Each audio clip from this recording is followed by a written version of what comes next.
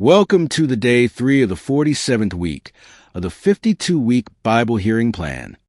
Let's listen to Ezra chapters 6 to 10. Chapter 20. When you go to war against your enemies and see horses and chariots and an army greater than yours, do not be afraid of them, because the Lord your God, who brought you up out of Egypt, will be with you. When you are about to go into battle, the priest shall come forward and address the army. He shall say, Hear, O Israel, today you are going into battle against your enemies. Do not be faint-hearted or afraid. Do not be terrified or give way to panic before them. For the Lord your God is the one who goes with you to fight for you against your enemies to give you victory. The officers shall say to the army, Has anyone built a new house and not dedicated it? Let him go home, or he may die in battle, and someone else may dedicate it. Has anyone planted a vineyard and not begun to enjoy it? Let him go home, or he may die in battle, and someone else enjoy it. Has anyone become pledged to a woman and not married her? Let him go home, or he may die in battle, and someone else marry her. Then the officers shall add, Is any man afraid or faint-hearted? Let him go home, so that his brothers will not become disheartened too. When the officers have finished speaking to the army, they shall appoint commanders over it. When you march up to attack a city, make its people an offer of peace. If they accept and open their gates, all the people in it shall be subject to forced labor, and shall work for you. If they refuse to make peace, and they engage you in battle, lay siege to that city. When the Lord your God delivers it into your hand, put to the sword all the men in it. As for the women, the children, the livestock, and everything else in the city, you may take these as plunder for yourselves. And you may use the plunder the Lord your God gives you from your enemies. This is how you are to treat all the cities that are at a distance from you, and do not belong to the nations nearby. However, in the cities of the nations the Lord your God is giving you as an inheritance, do not leave alive anything that breathes. Completely destroy them, the Hittites, Amorites, Canaanites, Perizzites, Hivites, and Jebusites, as the Lord your God has commanded you. Otherwise they will teach you to follow all the detestable things they do in worshiping their gods, and you will sin against the Lord your God. When you lay siege to a city for a long time, fighting against it to capture it, do not destroy its trees by putting an axe to them, because you can eat their fruit.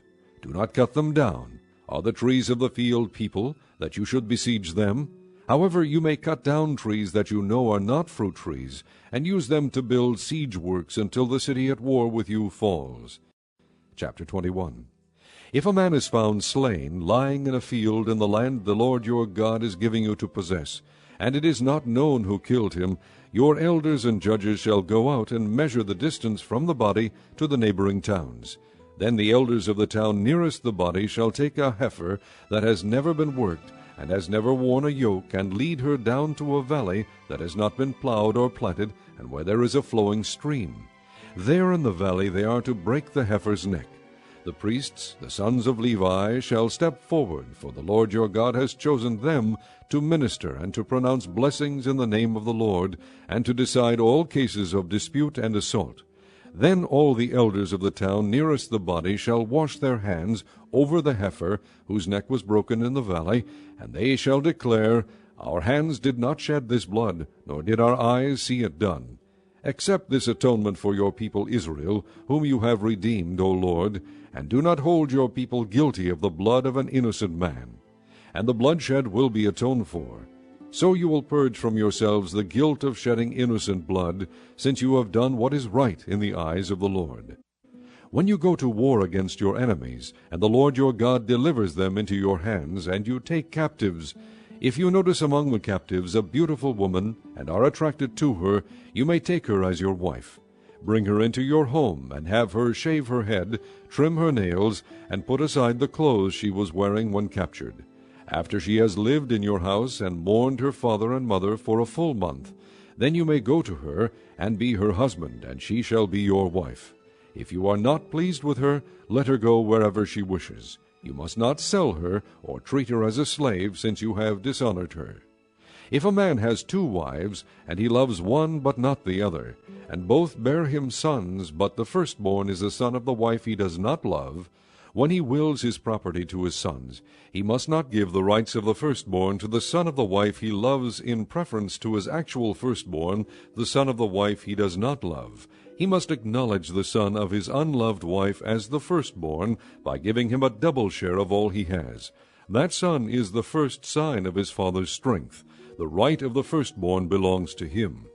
If a man has a stubborn and rebellious son who does not obey his father and mother, and will not listen to them when they discipline him, his father and mother shall take hold of him and bring him to the elders at the gate of his town. They shall say to the elders, This son of ours is stubborn and rebellious. He will not obey us. He is a profligate and a drunkard. Then all the men of his town shall stone him to death. You must purge the evil from among you. All Israel will hear of it and be afraid. If a man guilty of a capital offense is put to death, and his body is hung on a tree, you must not leave his body on the tree overnight. Be sure to bury him that same day, because anyone who is hung on a tree is under God's curse. You must not desecrate the land the Lord your God is giving you as an inheritance. Chapter 22. If you see your brother's ox or sheep straying, do not ignore it, but be sure to take it back to him. If the brother does not live near you, or if you do not know who he is, take it home with you and keep it until he comes looking for it. Then give it back to him. Do the same if you find your brother's donkey, or his cloak, or anything he loses. Do not ignore it. If you see your brother's donkey or his ox fallen on the road, do not ignore it. Help him get it to its feet. A woman must not wear men's clothing, nor a man wear woman's clothing, for the Lord your God detests anyone who does this. If you come across a bird's nest beside the road, either in a tree or on the ground, and the mother is sitting on the young or on the eggs, do not take the mother with the young. You may take the young, but be sure to let the mother go, so that it may go well with you, and you may have a long life. When you build a new house, make a parapet around your roof, so that you may not bring the guilt of bloodshed on your house if someone falls from the roof. Do not plant two kinds of seed in your vineyard. If you do, not only the crops you plant, but also the fruit of the vineyard will be defiled. Do not plow with an ox and a donkey yoked together. Do not wear clothes of wool and linen woven together. Make tassels on the four corners of the cloak you wear. If a man takes a wife and after lying with her dislikes her, and slanders her and gives her a bad name, saying, I married this woman, but when I approached her I did not find proof of her virginity, then the girl's father and mother shall bring proof that she was a virgin to the town elders at the gate. The girl's father will say to the elders, I gave my daughter in marriage to this man, but he dislikes her. Now he has slandered her and said, I did not find your daughter to be a virgin. But here is the proof of my daughter's virginity. Then her parents shall display the cloth before the elders of the town, and the elders shall take the man and punish him. They shall fine him 100 shekels of silver, and give them to the girl's father, because this man has given an Israelite virgin a bad name. She shall continue to be his wife. He must not divorce her as long as he lives. If, however, the charge is true, and no proof of the girl's virginity can be found, she shall be brought to the door of her father's house, and there the men of her town shall stone her to death. She has done a disgraceful thing in Israel by being promiscuous while still in her father's house. You must purge the evil from among you. If a man is found sleeping with another man's wife, both the man who slept with her and the woman must die. You must purge the evil from Israel. If a man happens to meet in a town a virgin pledged to be married, and he sleeps with her, you shall take both of them to the gate of that town and stone them to death. The girl because she was in a town and did not scream for help, and the man because he violated another man's wife. You must purge the evil from among you. But if out in the country a man happens to meet a girl pledged to be married, and rapes her, only the man who has done this shall die. Do nothing to the girl. She has committed no sin deserving death. This case is like that of someone who attacks and murders his neighbor. For the man found the girl out in the country, and though the betrothed girl screamed, there was no one to rescue her. If a man happens to meet a virgin who is not pledged to be married, and rapes her, and they are discovered, he shall pay the girl's father 50 shekels of silver. He must marry the girl, for he has violated her. He can never divorce her as long as he lives. A man is not to marry his father's wife. He must not dishonor his father's bed.